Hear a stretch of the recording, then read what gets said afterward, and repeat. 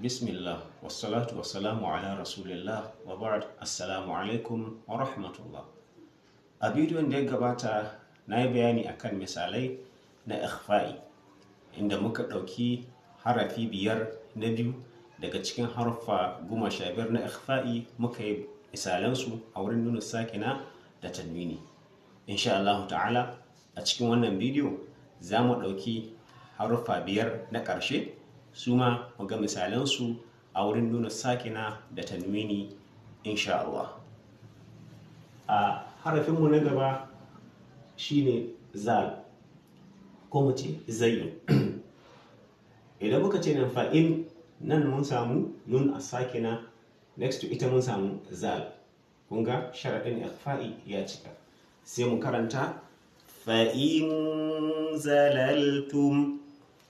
Sai misali na gaba harafin fa, nan idan muka ce min, nan mun samu nun as-sakina, next to ita mun samu fa'un.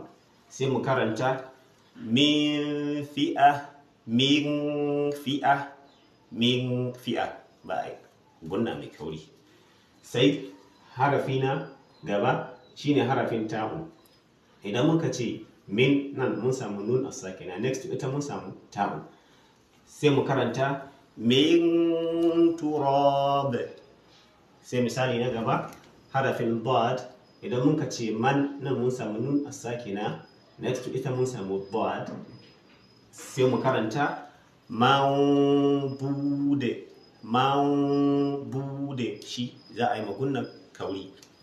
Sai misali na gaba harafin wa. Idan muka ce yan, nan mun samu nun as-sakina, next to ita mun samu harafin wa.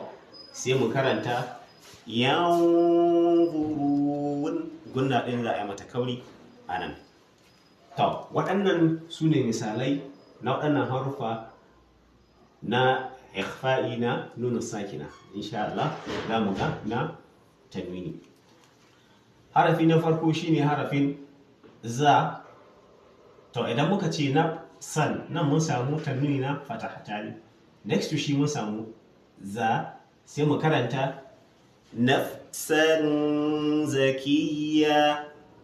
Sai misali na gaba idan muka ce umyun, nan mun samu tanwini na dhamma, next to shi mun samu fa'un.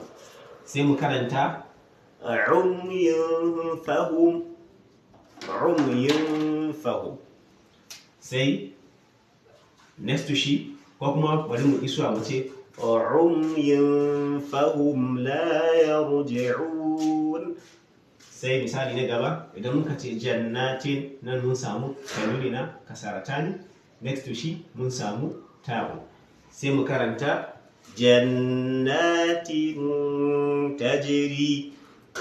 Sai misali na gaba idan muka ce qauman, nan mun samu tanwini na fatahatani a bisa mim, next to shi mun ka samu harafin dad. Sai mu karanta qauman dallin. Sai misali na gaba idan muka ce qura, nan bisa ra mun samu tanwini na fatahatani, next to shi mun samu wa.